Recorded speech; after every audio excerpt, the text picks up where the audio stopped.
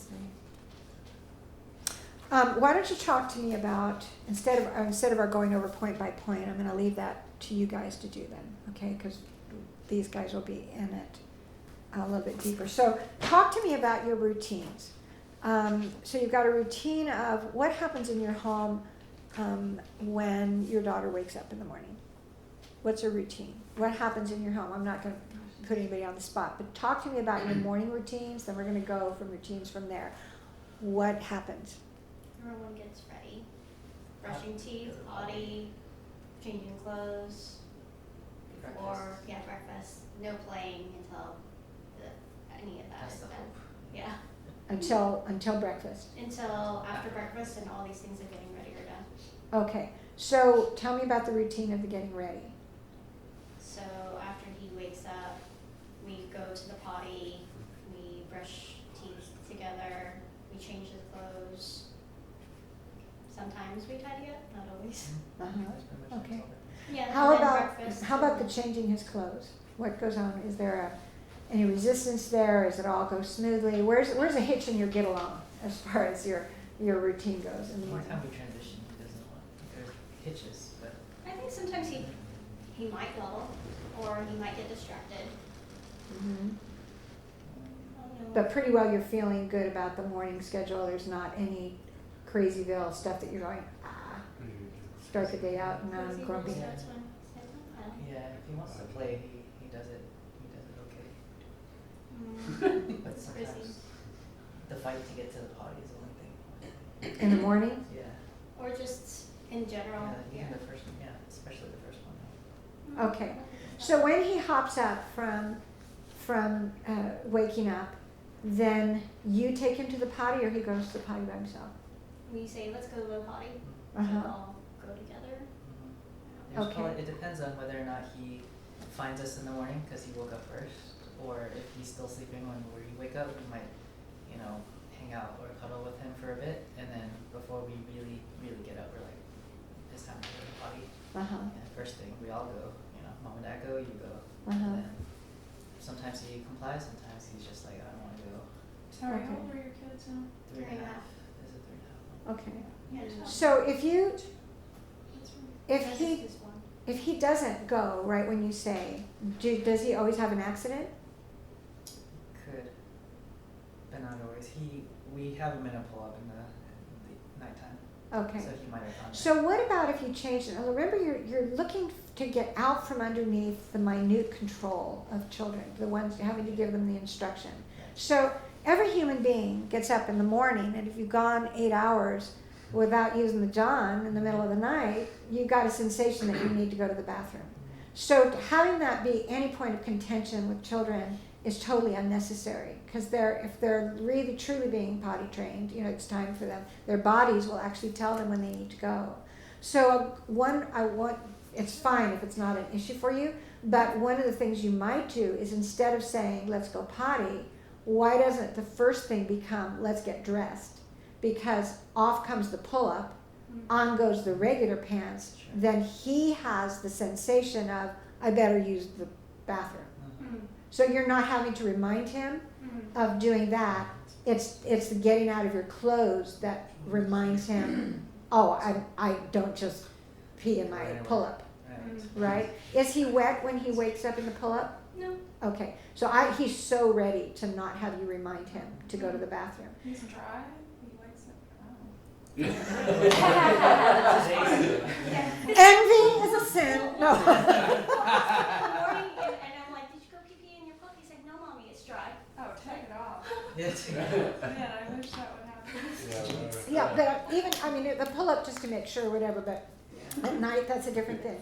But in the morning, I would start to let him get older faster. So it's a little tiny kid that needs somebody to tell them, you have to go to the bathroom, right? You would not do that. You don't say that to your husband. Time to go to the bathroom. Oh, yeah. Right?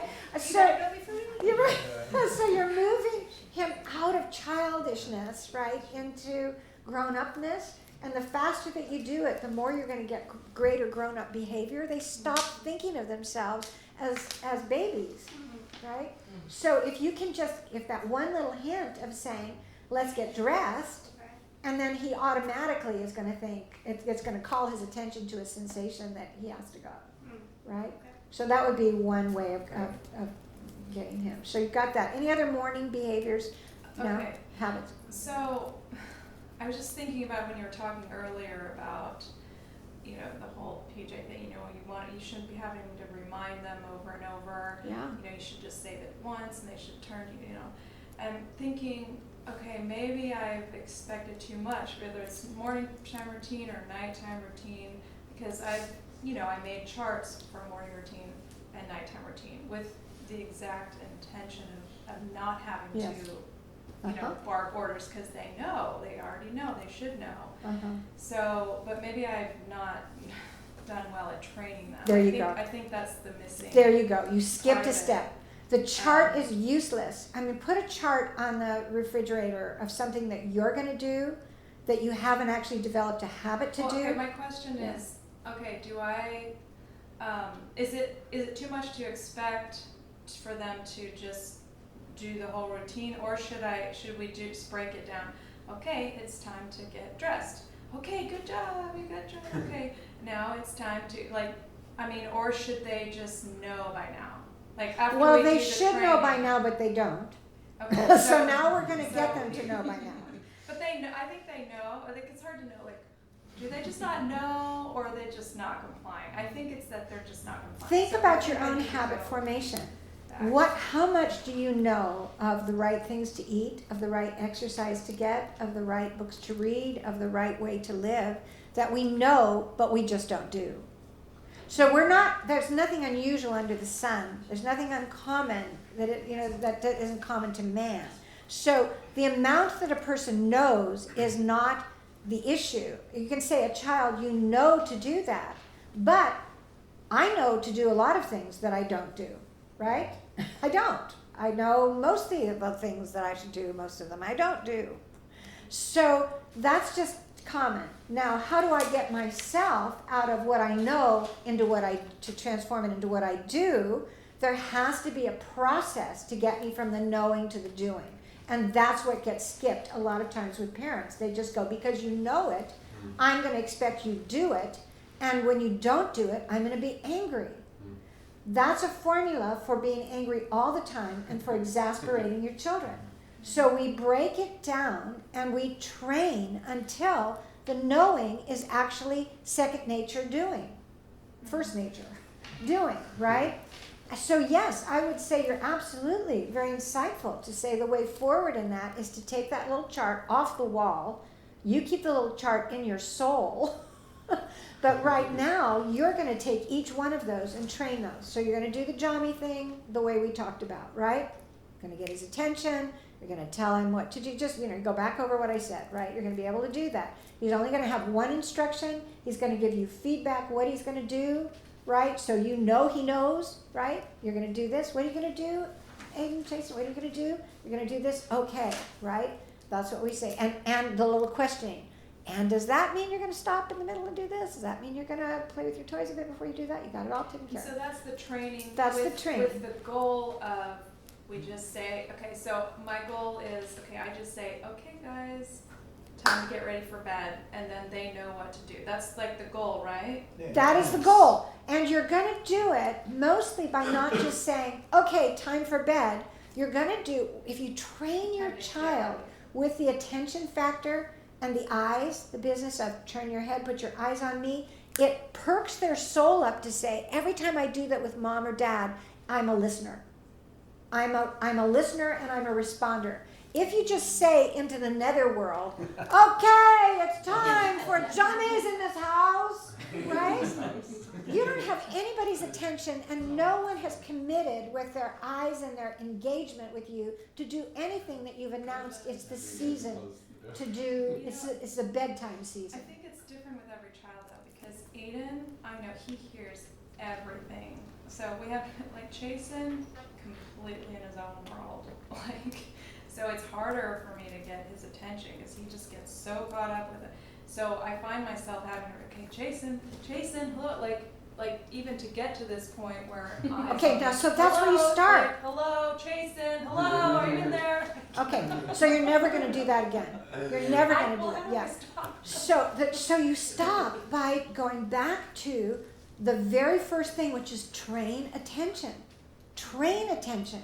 You can't allow this child. This isn't going to serve him well. You're his coach, and you're going to go, you are never going to succeed in life with an ability that can't take hold of your mind by self-control and focus your own attention. Attention is the foundation for everything. It's the thing I worked on with my children when they were 1. You know, I mean, when they're 6 months, you're working on focused attention visually, attention auditorily, right? You're training the skill of controlling, being able to do and attend. So let's go back, because I want you to go away and have these tools. They're so transformative. Remember I talked to you about the red light, green light game. And everybody thinks, that's such a dumb game. I'm going, do you know what is taught in that game? So you're going to go back with Chasen, and you are going to get that red light, green light game down like crazy. So he's going to know. Now you're going to take the red light, green light is, I can move my body, I can stop my body.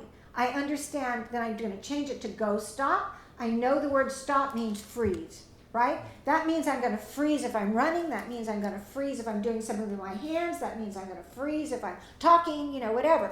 They know that word. And again, it's given bright-faced and warm. It's not this, hit them with a rock thing. Okay, so you're doing that. But now you're also taking with that red light, green light game, you're going to generalize that. You're working for what? Self-control.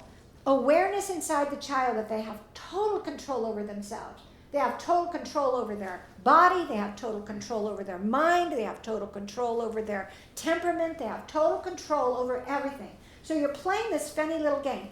Let's act super, super, super crazy, distracted. And so I'm running around the house. I'm doing whatever. And then you go, red light, right? And then you're going to say, Chasen. And goes the head and this eyes. Yes! And then you're going to go on and have lunch. That's all you're going to do, right? But now you're going to be doing that in all these different ways. And you're going to play this funny little game. Okay, so let's play red light, green light. I got a new... Kids love to do variations on a game. I mean, they forever will think of another variation of a game. So they totally enjoy this, right? So now you're kind of going, okay, there's a new way to play red light and green light. I'm going to cry really hard, like I'm so mad and something, and then you say red light, and so you start going. It's on the tape, poor things. Close your ears. You do it like they just go when they go ballistic over nothing, right? And then your child is going to say red light, and you go like this, an instant stop, and you go, okay, now you do it, and then they'll feel self-conscious, and they'll just kind of go. You go, that's not the way you cry. I've seen you cry big wingding. Do the big wingding thing, right? And then the kids go, and you go, red light, and they go, right? So you're giving them these constant experiences to say, you have total control over yourself, right? So you may think that that's not related, but it's totally related. You put the red light, green light, and you're generalizing it to all sorts of games. Like, my hand's going to stop. Let's go grumpy face. Really snarl. And then red light. And the face changes and the bright face comes, right? You're just doing it. All the soulish, any crazy thing you can think of that you go, that's a behavior that I deal with when I say, hey, that's inappropriate level of crying. You need to back it down. And the child, I can't. And you go, they know, yeah. And I think I told you the example with my grandkids. Of my one little, I said to my grandkids, I said, now you don't need grandma to have the red light for you. I said, you've got a red light inside. Sometimes when you go to do something and you're not supposed to do it, you just need to go, red light. I mean, it's in there, right? The red light's in there. And I had one of my grandkids, they saw one of their cousins sort of starting to work it up, and they just kind of whispered like, listen to the red light, that's it, right? And then, so they were actually coaching each other, right? So you're taking that one stupid little game, then you're going to transition it into stop, go, right? Then you're going to transition it. You're going to keep working it for all these different behaviors where they don't exercise self-control. And you're going to apply it so they know in their being that they can stop and start anything. Now you've got a child who's in a doctor's office who won't take an injection. You know, they're going, ah! And all you have to do is lean over and go, red light, right? Back it down. And you've worked on this wonderful triad now of what's appropriate and what's inappropriate. And so you've worked on the crying, and you tie that in with the red light, green light thing. So you have a child who falls and bangs a knee. Number one, you want to have a child who's tough. Life is hard. You're not going to try and raise a child who's a pansy, you know, who is so conscious of, oh, I got this little hangnail, I need 72 Band-Aids and 40 kisses on it, and I have to tell Daddy and Grandma and everybody. And you go, you need to forget about your hangnail. You know, like, let's snip it done, like that. You're not doing your child a favor. So let me just point this out. And when you're talking about a child who cries inappropriately when they get hurt or they're upset, right? And they do this over the top thing. I told you I would say to my kids, you know, oh my gosh, is your head busted open? Did your arm get cut off? Are you something huge? Like, oh, your eyeball fell out. I'm like, oh my God, you know? And then they start laughing because they got this little bump, and you're going, oh my gosh, your eyeball fell out. So then you go, oh, you were crying so hard. I knew for sure your head fell off or your arm was broken or something, right? Because now, for that little bump, we'd go, ouch, Mom, I got hurt. And I'd say, oh, I'm sorry. Glad you're okay. When you play, let's practice that. I just did that with Aiden just the other day. Like, Yeah. he was like screaming bloody murder like from Yeah. the other room, and I go back in there. What happened? I bit my toe. And I'm like, wow, I thought a giant monster was Yeah. like in the room. Like, he Yeah. scared me. Yeah. So did you have him do a redo? No, but I just talked about it. Okay, won't do. Okay. Won't do. You have to do the redo. Oops. Oops. Here's the oops. Because what about the brain science? So that child is still left with the rails. Read the chapter. They're left with the rails in their brain of screaming when something happens. So we'll talk about this more, because that's all you're dealing with is habit formation with those boys. They are wonderful kids, totally well adjusted. You just have rotten habit formation with the screaming and the crying. You can get over it in a week. And so the thing with just going back and doing this redo, like, wait till it all comes down, and then you're just going to say, honey, remember today? I mean, maybe you're eating lunch or something, or you're something. You're going, remember, I was just thinking about this morning when I heard that piercing, ear-splattering scream coming out of your bedroom, and I thought it was something awful. And there it was, you bit your tongue. That hurts a bit, doesn't it? Yeah, it does. Does it hurt as much as if your head got chopped off? Does it hurt as much as if you lost your leg or got run over by a car? No, it's just your tongue, and owie, that hurts. Come on, I'm going to teach you something really great, right? And you just walk them. Has to go back to the same place. Brain association. Same spot where he screamed. He now is going to do it right in the same location, over the same circumstance, reenacted. You have now taken an eraser, right, to the brain tracks, laying down a new brain track. So you're going to go, okay, stick your tongue out. And you're going to go, now pretend you're biting. You don't really have to make it bleed, but bite hard. Right? Go, yeah, there you go. And you can even act it out for him. Like, I'm going to sit on the bed. I'm going to be you. He's going to be, you be mommy. And I'll scream and go, ah. And then, but now you're going to have him go back and do it right. You're going to go, let's pretend you did your tongue. I'll go out in the room, and this is what's appropriate for crying. Ow! That's much better. That's so appropriate, right? For the size of the owie, the situation.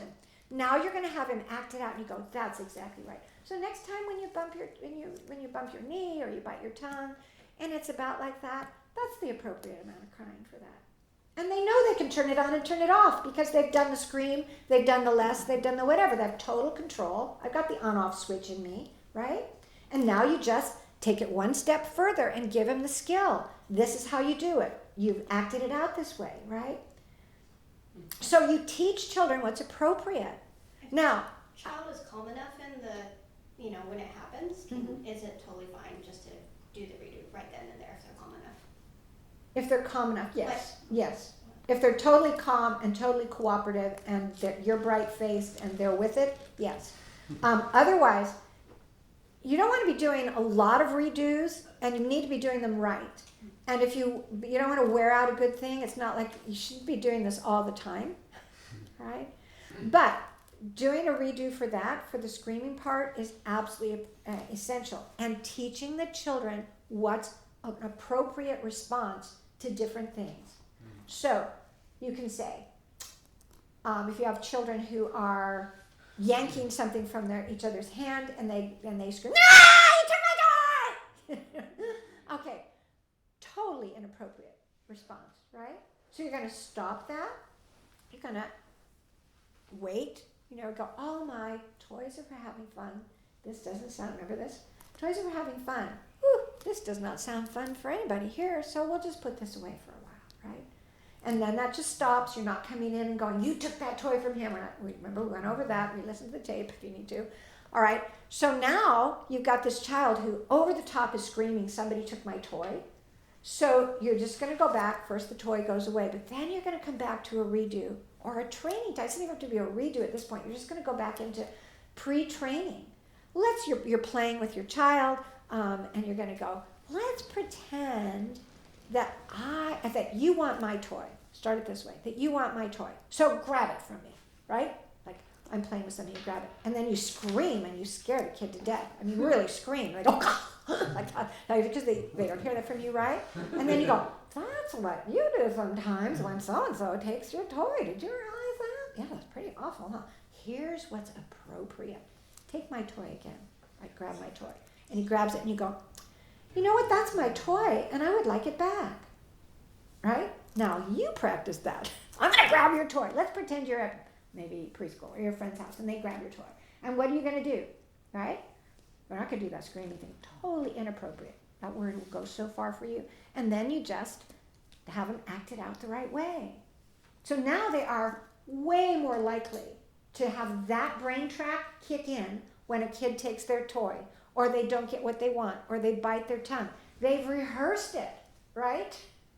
And they know. And if you have to make a correction, they're way more apt to take that correction because they have a pattern laid down in their brain that they can just jump right into, right? It's not a whole new learning experience when you're correcting. You have pre-trained them. Now, with that word inappropriate, I'm going to apply it to parents now. When a child, go back to this business of creating a snowflake.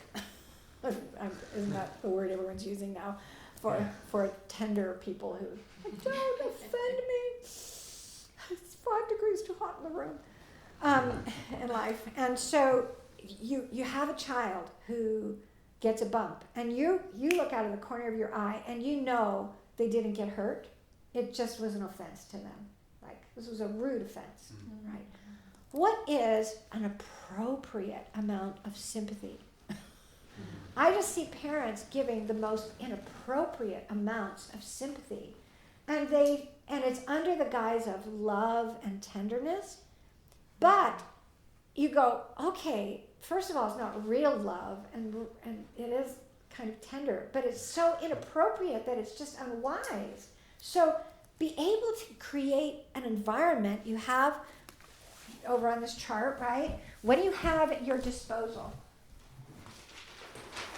What do you have at your disposal to use that honors your child as being a person, right? So you can't do everything, but the things you can do in discipling your child is you have at your access the use of the atmosphere, the context in which your child lives. All the people around him, the setting in your home, the dynamic of everything that's going on, anywhere you are, that is the context for their life. You can work that atmosphere for what it's worth. That's what that little chart is about. That one of, what are we doing today in our home? And what are we teaching? That is the honoring of a person using the atmosphere of your home for discipleship. All right? You also have discipline. the formation of habits in your child's life, which you're doing by pre-training, training, the redo, right?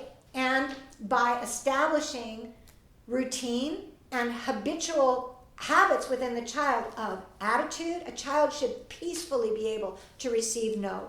That's a habit, to peacefully be able to change gears and receive no. So you're developing these kind of habits, right?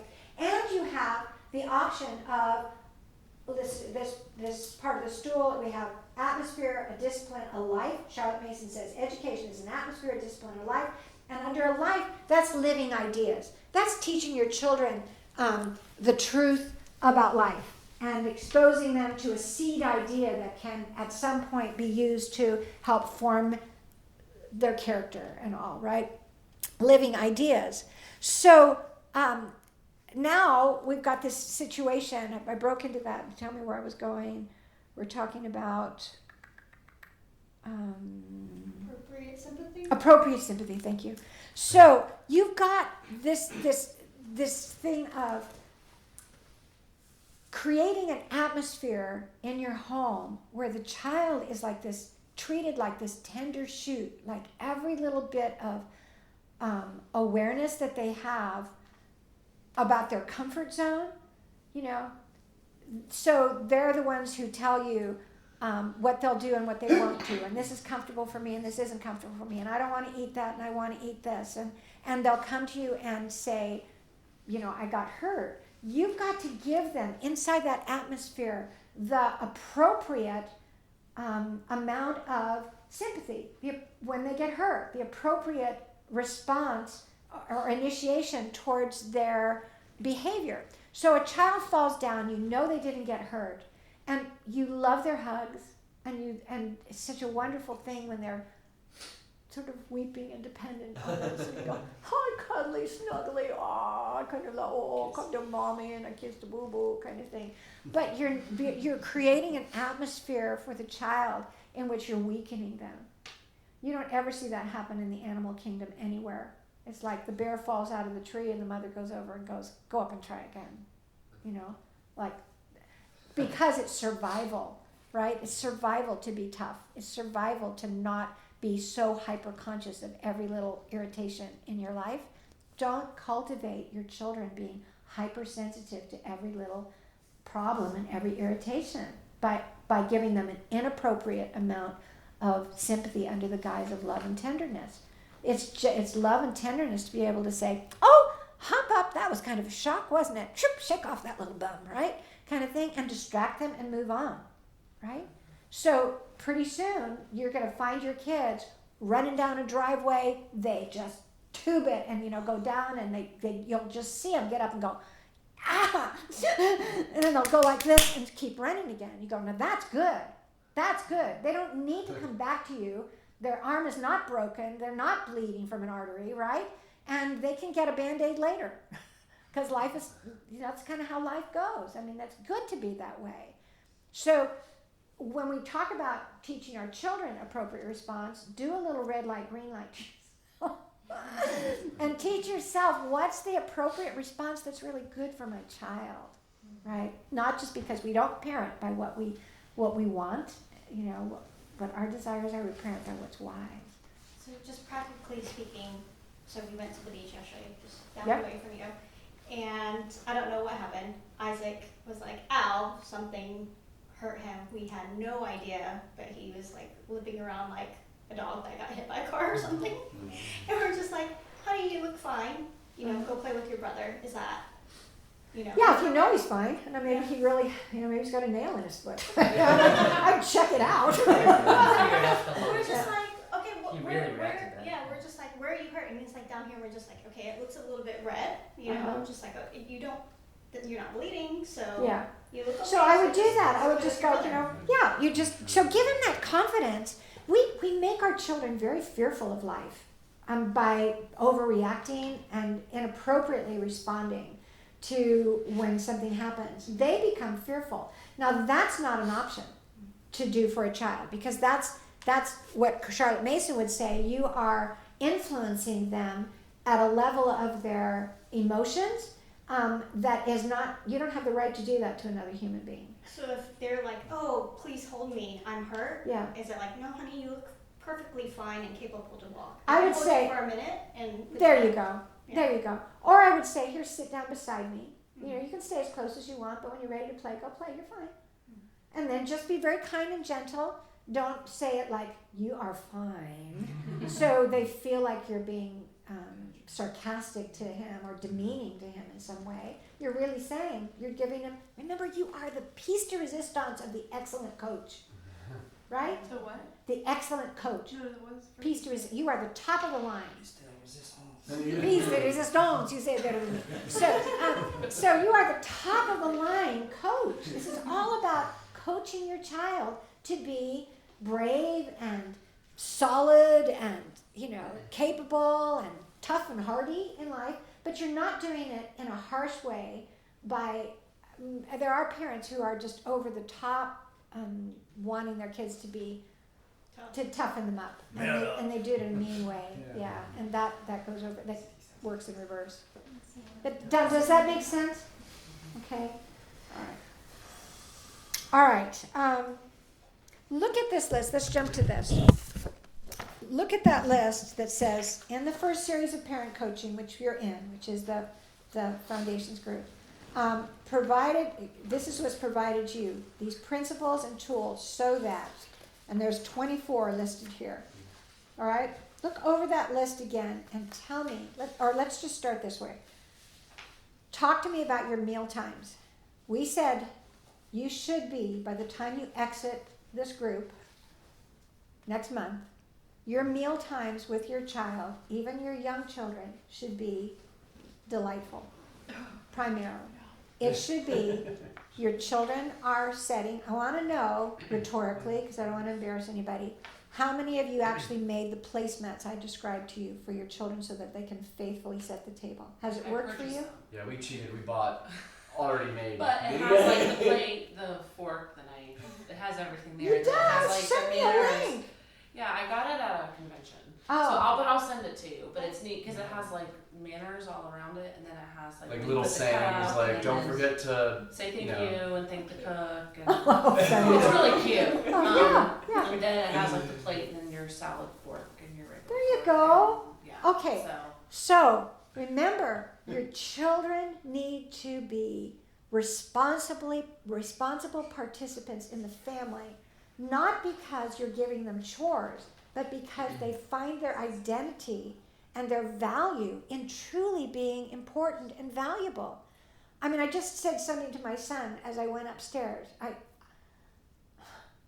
went upstairs, you know what he was doing? He had figured out on the computer, so he took the computer, this worship music, had it on our television, and he was worshiping and praying for you. All right? So, this is Ryan. And anyway, that's what he does every time that we're together. Where was I? Sorry. You're going upstairs. Oh, yes, so I went upstairs, and when I just said to him, I said, honey, I could never do this without you. And just gave him a big hug, walked out of the room. I cannot tell you, in my family, in raising my children, they would be 3 years old, and I'd be working, we'd be doing something at the table, you know, trying to get something done, and I would always turn to my children and say, I could never do this without you. You know, I'm so grateful for you. You're such a big part of this family. Where would we be where would we be without you, right? I mean, get that vocabulary, but get that heart. I mean, I really mean that when I'm saying, I'm not jiving my kids. You know, I'm just saying, I could never do this without you, right? I remember one time Dick was away, we had horses on the property, it was a huge storm. Ben was really little, he was probably, I don't know, maybe, well, not super little, but he was probably 7, right? And I could tell with the storm, I had to go out and check on the horses, and I was afraid, and it's dark, pitch black dark up here, right? And you got this headlamp on, and the horse is going, yeah, you know, because he's all upset. And so he knocks down this bar, I could see the fencing was coming down. So I woke up Ben, I said, honey, I need you, right? And so we went out and had this, you know, our clothes were blowing, we're soaking wet, we're trying to figure out the hammer, we're trying, you know, he's got a headlamp on too, right? And then you're just holding each other and going, I could never do this without you. You know, what would I do without you when Daddy was gone? you know, kind of thing. So, I mean, it doesn't have to be as dramatic as that, but I say that to my kids all the time. We're like we have to get the garbage cans from here all the way down here, you know, we do that. And so I'm walking down with one can, right, and got the other can or something. I'm going, what would I do without you? You know? So you're instilling this value of we are a family together. I'm not assigning chores. We work together. We do all this together. So back to meal times. See, my brain is still working.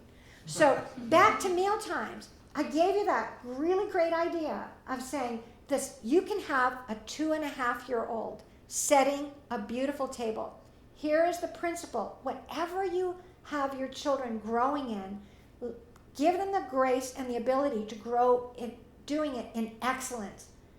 If you're going to say you're going to teach your child to set a table, maybe you don't care that your table is set nicely, but I can tell you if it is not set nicely, your children won't eat nicely. Well, how do you eat when you eat at the sink? Chicken leg. Yeah. You know, how do you eat when there's no napkin at the table and everything's all askew? You just kind of like, you know, you're using your hair, whatever. I mean, the atmosphere, right, helps you go in the right direction. So when you sit your children down, when I'm saying your mealtime needs to be delightful, there's some changes you need to make. Maybe you don't care about this, start caring.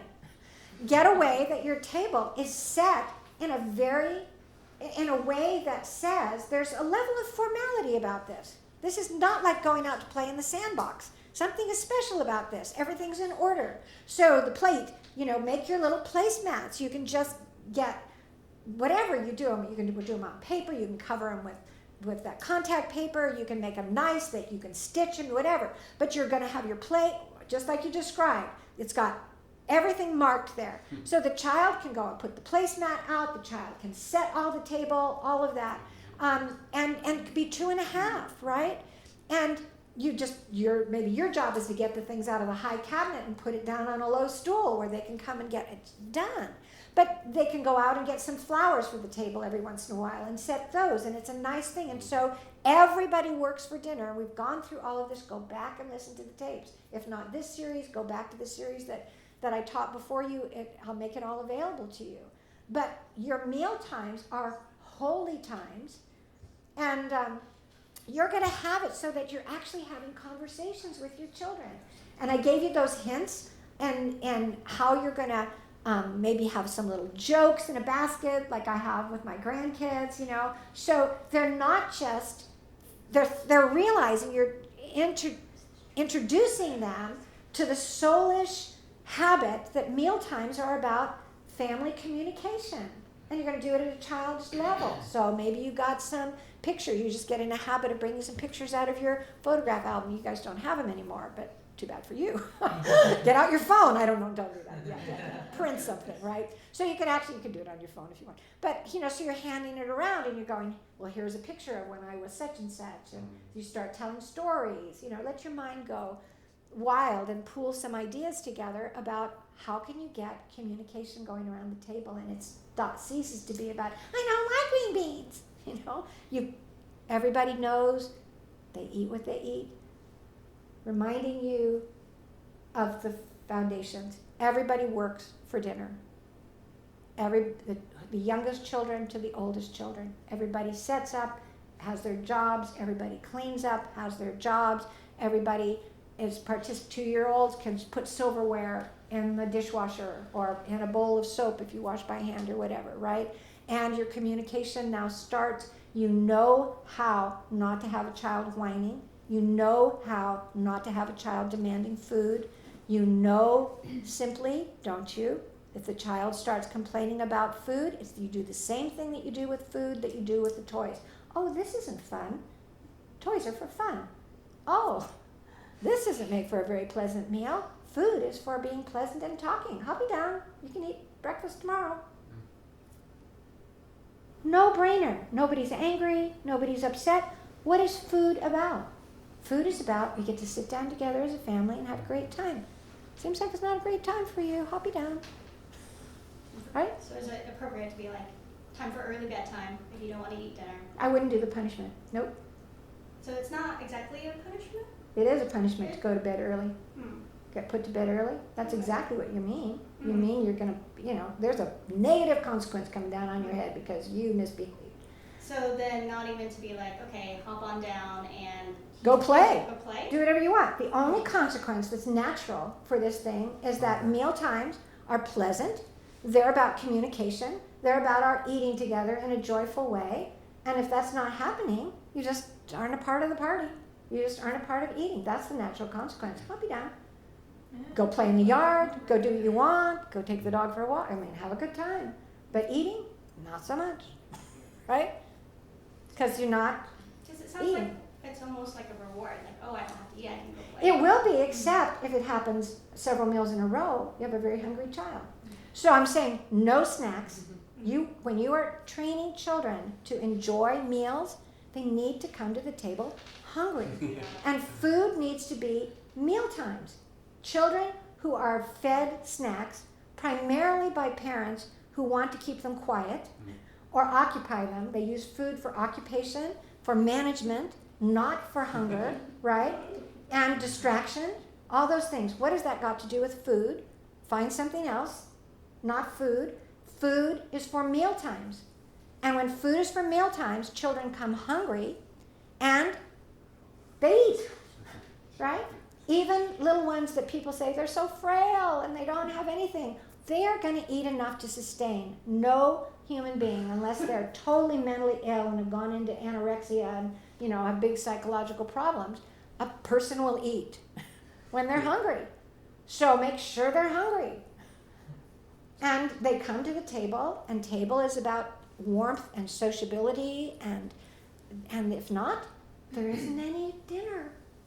So did you do snacks? Did When I you do had your snacks? kids? Also, I mean, like Mid-morning snack? mid-morning snack or afternoon snack, because like my kids hit these points and they're starving and they're like wanting to raid the fridge. Great. So I give Then them like a cheese move stick. move lunch up to 11:30. Okay. Stop the snacks. I'm totally against snacks. I And- never. And unless you have a child that has been diagnosed as stage whatever it is, type 1 diabetes or something, right? Where you've got to manage the blood sugar. For the most part, then change your meal times. It's annoying you can't avoid it though, because preschool they give snacks, church they give snacks, Yeah. everywhere. So it's Yeah. like And so then Aiden wasn't hungry for like he's like Yeah. snacks. there's a lot of things that go on in preschools and in church schools and stuff that you just go, now I'm weighing. Is this really what I want or not? We'll talk maybe a little bit. I have a question Yeah. about, so let's say the child's excused and mealtime is about being social and enjoying time at the table and being together. So let's say child goes, Emily's out playing with her stuff, but oftentimes she's bringing back her stuff trying to engage with us at the Exactly. table. Right. So And now then what you she's like say, saying, we're actually having dinner here. yes, here you are. And you can we're- play there. Yeah. That's this it. is what you decided and this is what we're doing here. That's exactly it. Yeah. Bright-faced, warm, but firm, saying, we're going to finish up dinner here, and honey, I'll talk to you later. Go play with your toys. So We'll be Is there done in a any while. chance Is it that okay they to- can oh, rejoin? sorry. Sorry. No. No, it can't rejoin. Once they're once they're set down, Yeah. do not rejoin, because what have you taught? You have taught a child, I can behave however I want, I'll get put down, and whenever I want, I can put a nice bright face on and come back. That's a very sick thing. That's called teaching your child to manipulate. There's no manipulation. We want them there. You But I want guess them there's there. only one chance. Yeah. You want them there. Yeah. And you're worried they're not going to be able to sleep through the night because they didn't have enough to eat. You know what? Just let it play out. Because you will teach your child to be manipulative. When you're saying, for example, remember the business about please and thank you? And you're saying to a child, the child says, I want more mashed potatoes. And you say, honey, say please. Please, may I have some mashed potatoes? All right. What have you taught your child? It's about their words, not about their heart. Well, and the essence of it is you've taught the child to teach you, to remind them to take responsibility for what they're supposed to do. It's sick. So we can just ignore them until they say the right thing? Or just You pre-train them for success. Pre-train them for success. So if you see that happening, you're going to say, maybe you'll fall into, honey, you didn't remember to say something. right? And then the child says, please may I have, that's better than the other scenario I just gave you. It's at least a little cleaner, right? So at that meal you do it, but in your mind you're going, pre-training, this is not gonna happen again, right? So now I've got my pre-training red flag up, like, flag your emails, red flag, to get back to them. So I'm gonna get back to that, and I'm gonna, the next day, before we eat, I'm gonna teach my child, we're gonna play tea set on the floor, or if it's a little boy, we're gonna play picnic or something, right? And we're going to be away from the table, but we're going to say, oh, we're going to play a little please and thank you game. And then you're going to play it. You're going to say, and that's what we're going to do when we're at the table. So here's the deal, Isaac. When you're at the table, if you remember to say, without my reminding, Daddy doesn't remind you, I don't remind you, but you remember to say, please, when you ask for something, you can have it. But if you don't remember to say please, you don't get it, right? And so it's just all sort of winsome that you're doing, don't get it, right? So now let's practice that. And you practice it with your play food and whatever, and he's got it right. Now you're going to the dinner table. And before your child gets to the dinner table, he's set the table or whatever part of his, part of the family life was. And now you're just going to catch him a little bit before he gets to the table and go, remember what we practiced today? Remember what we did when we were playing picnic? So you're going to get up at the table, and everything that you want, you're going to say, please, yes, you can have it. If you forget to say please, you don't get it, right? High five. So he sets up at the table, he gets it, he says, please, you're going like this, a little thumbs up, a little wink, whatever, he's got it. He doesn't say, let's say he forgets, and you go, well, okay. And that's all you say, and he doesn't get it. Now, to your thing, if he says, waits a little bit, and he comes back and he says, 2 minutes later, please, can I have the mashed potatoes? The tendency would be to give him the mashed potatoes because it was a next incident and whatever. I would be firm enough to say, tomorrow night. I wouldn't do it that night because you're weakening the habit formation in the child, and you're going for manipulation. I do see it. You see it? It's so clear. It's doing it though. It's so clear. It's doing it. So, but the thing is, you've got to think of yourself as a trainer. A trainer. I am training my child with life skills that are going to serve them their whole life. I'm training a thought to come up, to be an action, to be a habit, to be a character. Right? That's what I'm doing with my child. And a trainer needs to do what's good for the trainee. So, and the benefit of it is you get over these stupid Crazyville things so fast. So you can have 3 and 4 and 5-year-olds sitting around your table, and you're not having to be offended because they don't say please and thank you. You're not having to be offended because they don't want food on their plate. You can train your children through pre-training. What are they going to do when they don't get what they want? I could show you a little thing when I had kids working here in Montero. I realized upper middle class America, these children did not know how to eat. They were little savages, and they were rude, and they were entitlement minded. And I thought, not in my house and not on my watch. As far as my influence on you. So actually, I taught these kids how to eat and how to serve. And then I told you we put on this feast for the poor. We went from that up to like taking San Francisco for Christ, right? That's everyone. So I taught these kids. I can show you. Ian, my son, right, that you met at the picnic. So he worked with me with these kids. And I said to him, anyway, he developed this character. It's called RR. And he was an alien from outer space. And he wore this motorcycle helmet that had that has 2 pipe cleaners out of it, like this, right? And then he just was this crazy, crazy character. And he would come in and we would do some pre-training stuff on a bunch of different things.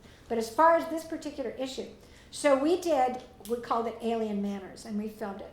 So the kids were all down on the floor, and one child was the prompter, so had a sign that says, clap, and another one that, ooh, or ah, or something, right? So Ian would sit down, I was sort of the coach, and our Art would sit down, and I would say, today's the day we're going to learn to eat thus and so, right?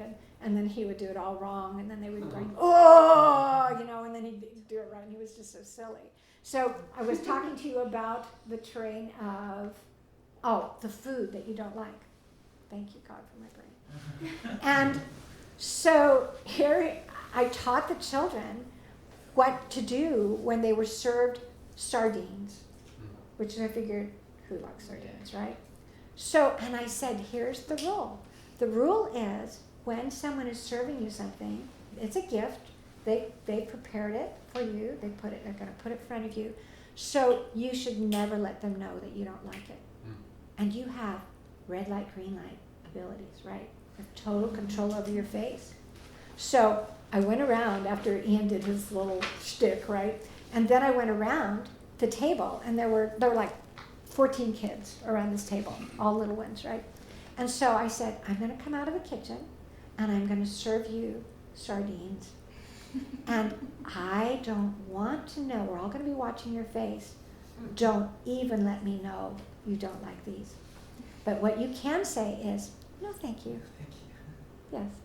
So I went around, and all the kids were like watching the other kids, like they're staring at their face. And so it's so beautiful, it's so fun to watch. And so I just come around, would you like some sardines? No, thank you. There's a sweet little face, the corners turned up, the eyes turned up. No, thank you. And the stench of the room. And these And kids you were, won't eat them? no. So, but they all just politely said, no, thank you. And I said, there's the skill you've got. Nobody should ever know at the table that you don't want something, that you don't like it. That is not okay for you to say, I don't like that. Who do you think you are? You're one person at a table, and you don't have the right to say, I don't like that. It's very They rude. say no thank you to everything. Then they don't eat. Then they don't eat. That's all right. That's their right. They're persons. And then you would not give them any snacks when you got home. Never snacks. Never. I mean, And like the next if we meal. went to And somebody's- then, if you have a picky eater, I would not try out the food at the meal. You ruin the meal, right? Try out new foods away from your meal. Have a time during your day where you have set out on your little chart, what am I doing today, right? I am introducing my child to green peas. And what character traits am I learning? And what am I going to be acting out? And what character traits am I teaching my child? So I would not introduce new foods at a mealtime. It makes the whole mealtime stench. Good point. Don't do it. You ruined the whole thing you're trying to create. You've ruined it. It doesn't belong there. So the snacks But would would be that green be peas. considered a snack? Snacks, yeah. Here's a green No. pea snacks. Yeah, no snacks. And I would just say, we're going to learn, because listen, you're going to be using your character trait words with your children. You're going to be out in the park, and there's a tree, and you're looking and you're going, there's several trees, and you go, which tree would take the most courage to climb? What do you think? I mean, which one looks the scariest to you? Let's do that one. Let's do courage today, right? So you're working the system with the character traits with your children. You're talking about integrity. You're talking about courage. You're talking about name the character traits for me, right? All the ones that you're doing. So you're setting up. You've got your little chart here. You're going, this is what we're going to be doing today. I'm going to be working on this, right? So now, in terms of teaching your children to eat foods they don't like, what's involved in eating a food you don't like? You don't even sure you even want to taste. Courage. Courage is one thing, right? You call it courage, you can call it bravery. What other words come to mind? Expansiveness. Let's make life bigger. Expansive. You know what if you can work big words with your kids, they're just on board with you. Kids love language. They love big words. We're going to do this in perpetuity, right? Yes, forever. This is our habit, right? So, it's fun. It's fun to play with words like that. So now you're going to teach trying new foods. We're all going to try new foods. You can say to them, you know what? I like to say this honestly to my grandkids. You know what?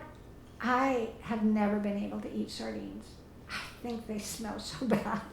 And they taste so awful, but they're so good for old bones. I mean, they make bones. Grandma's bones are getting a little old, and I need to eat sardines. So you just open up that can, you know. I bought some that were not so horribly smelling. They're actually, I can eat them now. And, it was anchovies. Excuse me, anchovies. Right? So the anchovies now. And so then you just have your kids watch you, they know you don't like it, and you go, okay, you are not going to know that I don't like this anchovy. Watch this face, right? And then you're going to take this bite, and you're going to go, good, right? I mean, just do something silly. But you teach your children, you model for your children, but you're doing it away from meal times. So now when you get to meal times, you can tell your child ahead of time, because remember, you're doing meal planning together. You've got a week's worth of menus planned out. That's going to be your habit. Your children are involved in saying, here's our main dishes that we can choose from. Here's our whatever. It doesn't have to be a big deal. But you've got your vegetable list. You've got your something. You're making up your grocery list. They know. And you go, okay, let's pick your favorite vegetable that's going to go on Tuesday night. Which one is your least favorite one? Okay, Thursday night. Remember, we get to Thursday night and we're going to do the thing of, I don't want to know that it's not your favorite, right? And we practice can I ask, that. has anyone successfully done this? Because Yeah. I'm still racking my brain how to make that work, like including them in the meal planning part. Has Tried anyone it. done that Not successfully? successfully. I've tried it with Emily, and her attention, she's 2.5, so her attention might go for like 1 or 2 days. That's all. Do one day at a time. Yeah, and so like for that one day, because we're doing snacks, and maybe now we won't, but we would plan her snacks for that day, or Yeah. we'll plan her snacks for the day or the meal. Like you have this option or this option, which would you prefer? So how, I'm talking about practically, how do you sit them down with you and do, because children are so visual, I don't know, I made her how do you- try. Grocery store. how do you do that practically? Okay, if you're talking about a 2.5-year-old, planning the meals for tomorrow is all you're going to do.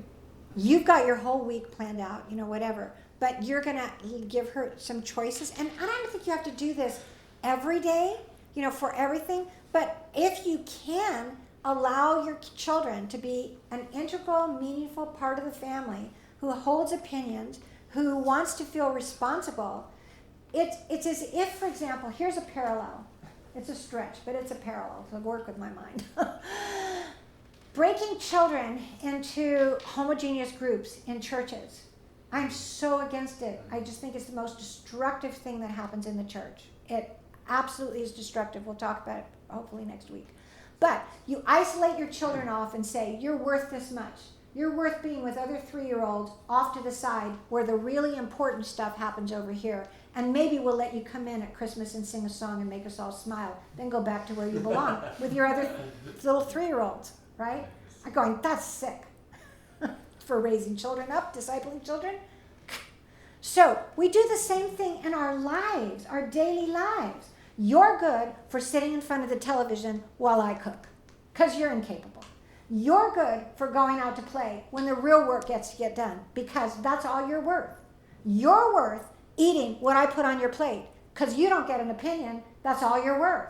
I'm the big one. You're the little one. Do what I say. I'm going, I'm not trying to raise a slave.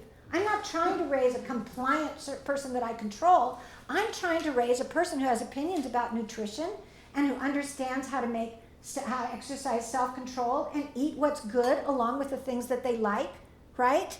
I mean, what do you do with yourself? You go, hey, I've taught my kids. Grandpa makes this incredible applesauce, right? So we just have applesauce there. And so with my grandkids, and they'll all go, Grandma's not my favorite. I go, applesauce night, right? So you just teach them. Mix those little green peas with Grandpa's good applesauce. Goes down good, right? I mean, you tell them ahead of time. They get to taste it. You go, how about this way? Is that a good way to get down? If not, think of something else. Let's think of something to mix it with, right? So I'm giving them life skills so that I don't have to sit there at a table and say, are you going to eat those peas? Or because you don't do it, you're not going to get your chocolate ice cream for dessert. That is not right. That's manipulating a human soul. You don't have the right to do that. I don't like it. I mean, everybody does it. I fall into it sometimes too, like, well, dessert's coming. I go, shoot, you said it again. Stupid grandma, right?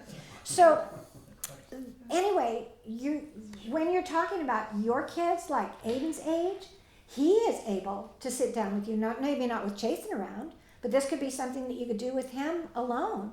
And maybe it's not for every day, but maybe you do it in 3-day chunks or something. I don't know how often you shop, but do it for what he can do. So they know they've got a category of proteins, they've got a category of carbs, the good kind, and then a few starchy carbs that maybe you do sweet potatoes or, do something healthy.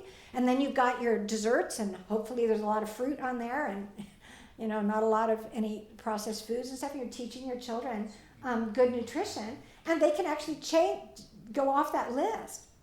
Now, he's not a reader yet, right? No. Okay, but he probably knows first letters, right? Yeah, if you maybe looked at that. So he knows if you've got a list of vegetables there, and you've got one that starts with a C, and one that starts with a B, and one that starts with a, an E or something. Putting it up on a board or something?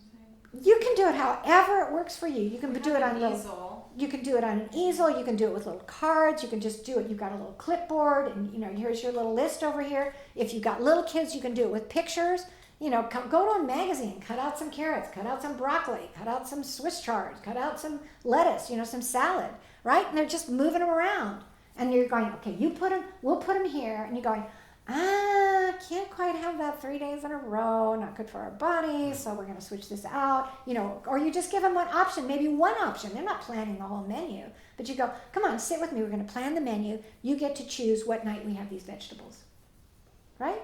That's all they do. Practically speaking, at the table, we just mix everything together, right? So say we have chicken in the bowl, and he loves beets and macaroni.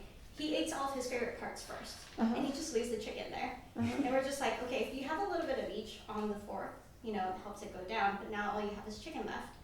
So it's just in that instance. Force him through the chicken. And it's like, oh, you can have more macaroni if you eat all the chicken. It's just how would you think to I like to be sensitive to. I put lots of different things on one fork because I like that mixture. Yeah. I have had roommates going through college that ate everything that was on their plate. They ate it all before they ate the next thing. I'm going to eat all the Swiss chard, then I eat all the mashed potatoes, and I'm fascinated by it. Yeah. I'm going, you don't mix a bite of the mashed potato with the Swiss chard? You are missing a really good treat there, right? But literally, that's what they do. And now they were either trained like that because their family ate like that, but also they may just by temperament, by taste, how they process taste, they like distinctive taste and they don't like it messed together. So that's honoring another human being. They don't have to be a clone of you. So if he wants to eat, but there's just a certain amount that needs to go. So here is the other hint. Remember I gave you? Don't put the food on the table. The food needs to stay in the kitchen. Plates are served from the kitchen. Your child can be one of the servers, right? Here, this plate's for daddy. You bring that to daddy. Here, this plate's for your brother. Here, this plate's, put that at mommy's place. This is whatever. Okay, so let me just finish this and I'll come back to you. So now you've got this situation where the food is on the plate and you are always putting on children's plates less than they could eat. So it's a fairly good sized plate with very little food on it. And your child might be looking at it like, I'm going to starve. But they get used to seeing less. And then you just look at them and say, you can always have more. You can always have more. But you're not wanting to set yourself up to put as much as you think the child should eat on the plate and then having to say, finish the chicken, finish the whatever. You can't have that until you finish this. Now you've taken away from what you want. You want an ambiance of warm sociability and communication. Now you're down to grunting at your children because they're not goodies on their plate. Don't put so much on there that they don't have to come back and ask for more. And when they ask for more, put less than you think they want. So they have to come back and ask for thirds. Right? You know what I'm saying? Don't put yourself in a position where you've got to correct them for what's not eaten. So now, let me just finish the one thought. I would put one bite of chicken. Wait, a bite of maybe like this much, She'll be the happy. size of a 50-cent piece, cut it in 4 tiny little pieces. Or one bite of chicken. And then put a little bite of macaroni, the little bite of whatever that he gets, very small portions, all served from the kitchen on the table. So he cannot be looking and going, there's the mashed potato bowl that I really want. More, please, before I want to eat all the starch. Or there's the bread plate. I want all the bread, right? I want to eat the bread. If you start giving kids bread, that's all they'll want. It's actually as addictive as cocaine, whatever. So I don't like giving the kids the starches and the breads. So now you've got this little bit on a plate. He's got one little piece of chicken. He's probably going, God bless you, Mommy. I hate this chicken. I only have one bite to eat. He's going to love you for it, right? And he's going to eat his little bite of chicken. Meanwhile, you're praying because you're a praying mom, and you're going, God, accustom my child's taste buds, to like this. I had a situation with, and I'll take your question. I had a situation with one of my little grandkids who was here, who had to take some medicine, and it was just foul tasting stuff, right? And so he wasn't doing it for his mom and dad at all, and they couldn't get it down him. And I said, let me try. And I have no idea whether it would work or not. But I took him aside, and we went all the way alone together, so he didn't have to be conscious of anybody else. And I just said, and he knows Jesus, he's a little guy, and I said, do you believe that Jesus can change how things taste to you? And he said, I don't know. I said, I think he can, because look at this miracle and look at that miracle. And here's a verse, and it says, and God will satisfy your mouth with good things. That word in Psalm 103, when it says God will satisfy your ears with good things, that word also means mouth. So I said, it says right here, God will satisfy your mouth with good things. Well, not everything tastes good, so it must mean that if he's going to satisfy you, you're going to like it, and it's going to taste good. So let's pray. Let's just pray that God will work a miracle, and it will taste good to you, right? I'm thinking, God, come through, right? Holy Spirit, stir the waters, right? Right? And so he was able to get that medicine down. And he was saying, well, it's not really good, Grandma, but it's not bad. Like, he took a taste. I said, well, now, let's just test this out. So take a taste, right? And he took a taste, and he goes, not so bad, right? Not so bad. Oh, God, you're so good, right? And he got this medicine down. Now, he didn't ever want to do it again with his parents. And I don't know if he, was that just because, whatever. I'm not blaming the parents, right? But I'm just saying there's an incident there where you can actually train your children that God has the power to make things good for them so that they're satisfying and taste good. You can change it. And then you can tell them a story. I never liked those. I would never eat this when I was little, but now it's one of my favorite foods. Asparagus, I would never eat asparagus. Now, man, a little mayonnaise, a little vinegar on there. Wow, I love it, right? So God can change your taste buds. Let's ask for him to change it so the things that are good for you, you really like. So you can do that with him. I have pre-training, not at the meal, but just to say, when we sit down, you and I prayed, let's just pray that one little bite of chicken that's on your plate, right? That it actually satisfies you and tastes good. Let's pray. And you do it ahead of time, and you're sitting down, and you're kind of going, we got this thing going, you're kind of looking at him, and he does it. And you kind of go, that's it. That's a little thumbs up, that's it. Okay?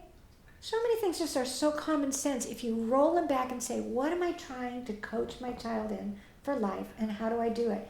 And don't give yourself the option of punishment and leverage and bribery and intimidation. It is not. You cannot do it if you're going to honor God, because your child is born a person, and you can't do that with other people. God doesn't do it with you, and you can't do it with other people. You don't do that with people, children born persons. So if you already have it, okay, actually, did you have a question? Yeah. You were first. Okay. So I'm a little confused because you talk about having them set the table, but then I'm thinking that's really inconvenient because I usually dish up their food from the kitchen and then, put their place. So we don't have to bring all the food and put it on the table because that's like... No, you don't. I'm suggesting that with young children, until they're older, until meal times are wonderful, right? Yeah. Don't put the food on the table. Yeah. So what you can do So I dish is, their plate up if and you're pat gonna, them. for example, you're gonna have, you can do it two ways. You can have your children or your child whose family occupation is setting the table. They can put the plates out. You can have another child who, unless you've got a family of 10, which none of you have, right? It's a very simple thing to pick up 4 plates and bring them to the table. Or, if you're dishing at one time, then you can just say, bring me Daddy's plate, and then he brings it back. Bring me Martin's plate, bring it back. Bring me Mary's plate, bring it back. You do it that way. Or they just they put everything else out and they don't put the plates, and they put the plates where you're going to dish. You can do it either way. I like having them go back and forth because it keeps them occupied while you're serving instead of. So I guess they could set the table and then say, okay, go bring me your plate, and we'll dish it up, and then they can bring Yes. their own plate. And now here is another insight. Please have your children serve you first. And if something is missing from the table, the child should get up and get it, not you. If there's something that is needed, children need to be serving. They need to not be waited on hand and foot. You have taught them from very early ages, they are the king, you are the servant, and you will wait on them hand and foot. I want something? Okay, I'll get it for you, just a minute. Hop up from the table 12 times. Excuse me, you're the adult. Sit at the table, and the child can hop up and get what they need. I don't have a spoon. Okay, you hop up and get a spoon. You're going, oh, I noticed that. Well, you can hop up and get one. Or you can look over and say, oh, Daddy doesn't have a spoon. Marcia, can you go get Daddy a spoon? Or not can you, but go get Daddy a spoon, please. Right? So you're not giving them the question mark, right? But you should not be waiting on your children hand and foot. They should be taking the table places to the table. They should be cleaning off the table before they run and play. Even if they hoppy downed and they're somewhere else, then it's time to call them back to say, time to clean off the table. Everyone takes their place, everyone takes their placemat, and then if there are other things on the table, the salt and pepper shaker and the napkin holder and whatever, all the children are cleaning off. That's a time for me when I allow a child to get on a chair and get on their knees at the table, to reach over to get the salt and pepper off the middle, to hop down to bring it to the kitchen. That's the only time they should not have a bum in a chair. So you don't recommend, like my other question was about desserts, you don't recommend making them eat all their food before they have dessert? I don't recommend using that. We all do it. It's like an American tradition. I think it's faulty because analyze what you have communicated. Your food is the crappy part you need to get past to get to the good part, which is the sugar. You know what? Sugar is a cancer causer. Yeah.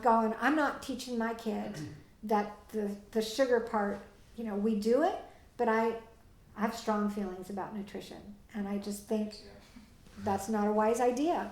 So I don't like the idea of saying to children, eat this, and then you can get the really, really good stuff.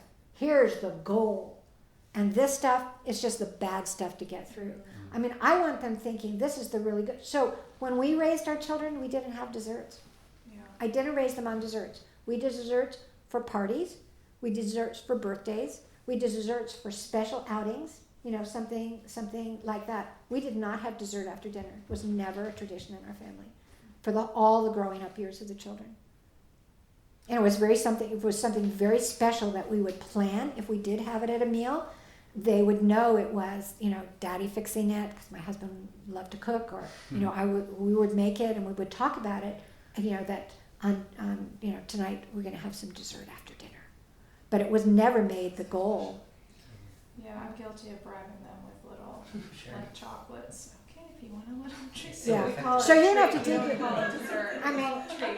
yeah, treat. So if you can go ahead and do that, is your child going to turn into a rapist because you have, you bribe them with dinner? I don't think it's going to be quite so dramatic.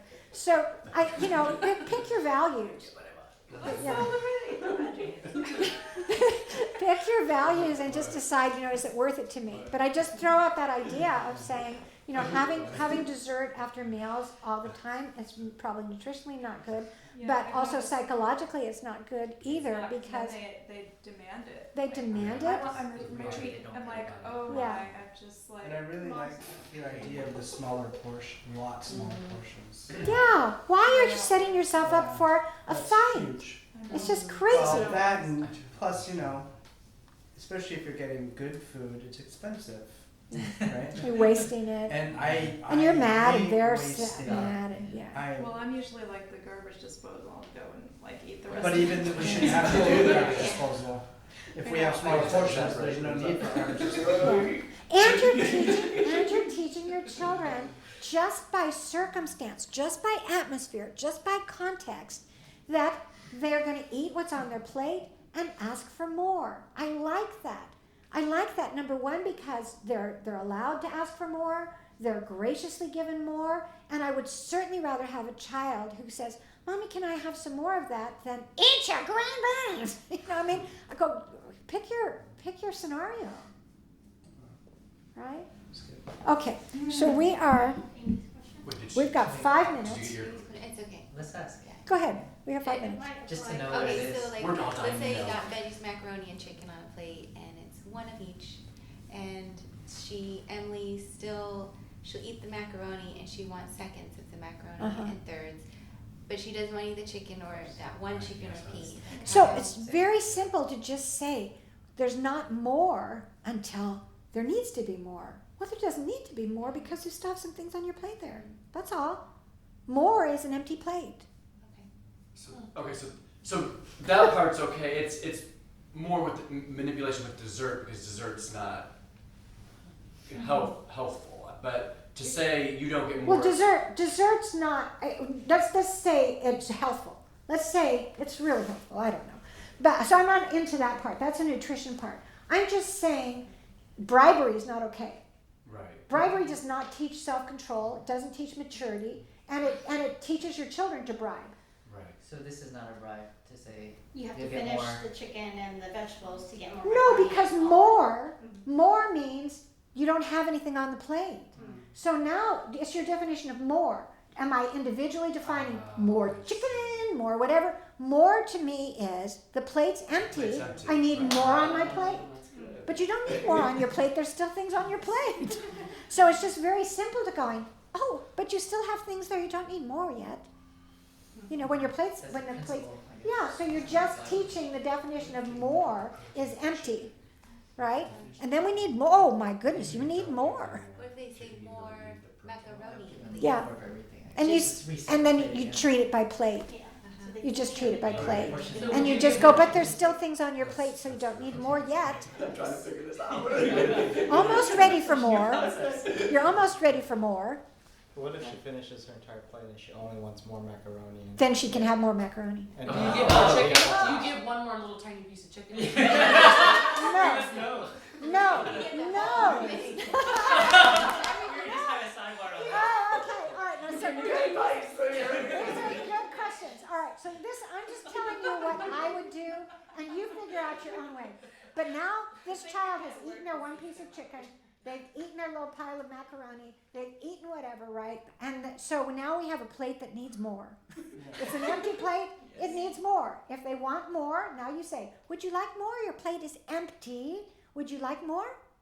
And then they'll say, yes, more macaroni. And I would say, okay, Just more Just give them macaroni. macaroni. And I would just give them I macaroni. gave us And a I would small offer. portion to begin with. And I would offer and I would say, Ration them. I would offer and I would say, would you like more chicken and more Swiss chard, too? No, there's sometimes, that's not true. Because when you do this, I mean, it will be true initially, but I have had our children and our grandchildren, right? And they will say, yes, they would like more vegetables. Yes, they would like something. Now, I would, for example, on the vegetable thing, plain carrots are a gag. I like crunchy raw carrots or something, but just plain carrots. Depends So on if the you are, child. it does. I had one that was a vegetarian that I ruined by taken him off of it. He used to just eat everything fresh out of our garden. He would walk outside, and his whole lunch would be opening up fresh green peas and sugar snap peas and all that. But so you have a child now, and you're going to ask more of what? They are a person. That's where you can give them an honest to God choice. Don't you have an honest to God choice?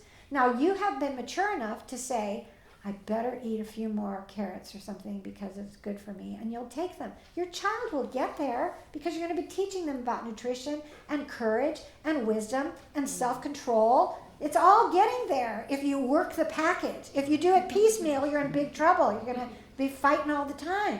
So here the child says, I'd like more macaroni. And you say, certainly. Here you go, a little bit of macaroni on there, right? And then you might, you might say, oh, would you like another piece of chicken too? And one of these times, because you're a praying mom, the Spirit of God is going to help them, and they're going to be brave enough to take another piece of chicken. And you can actually work on that outside. You go, I noticed when you said you wanted more, you went right for this part because you like that, huh? So do you know what a wise person is? A wise person is one who does some of what they like and some of what they ought, even if they don't like it. It's a good word, ought, right? Some of what they ought, even though. So now you're going to play out that. And you're going to go, let's play carrots and macaroni and cheese, right? And so I'm going to say, thinking out my process out loud, I would like some more macaroni. And I know the carrots are good for me, so I'm going to say, Mommy, I would like some more macaroni and one more piece of carrot. High five! You are such a wise boy at your age. I don't really know any other 5-year-olds as wise as you. That was awesome. Because he just asked for one more piece of carrot because you trained him in a scenario of doing the thing that's courage and what he ought. You have everything at your disposal to raise these children up in the wisdom of life. You have atmosphere, you have the power of discipline and habits, and you have living ideas. That's all you have. Work them, work them, work them. And when you don't know what to do, go back to the 3-legged stool and say, in our atmosphere, in the atmosphere here, what can I do that will help shift this thing? In the level of discipline, training of habit, what can I do? In the level of adding in living ideas, what can I do?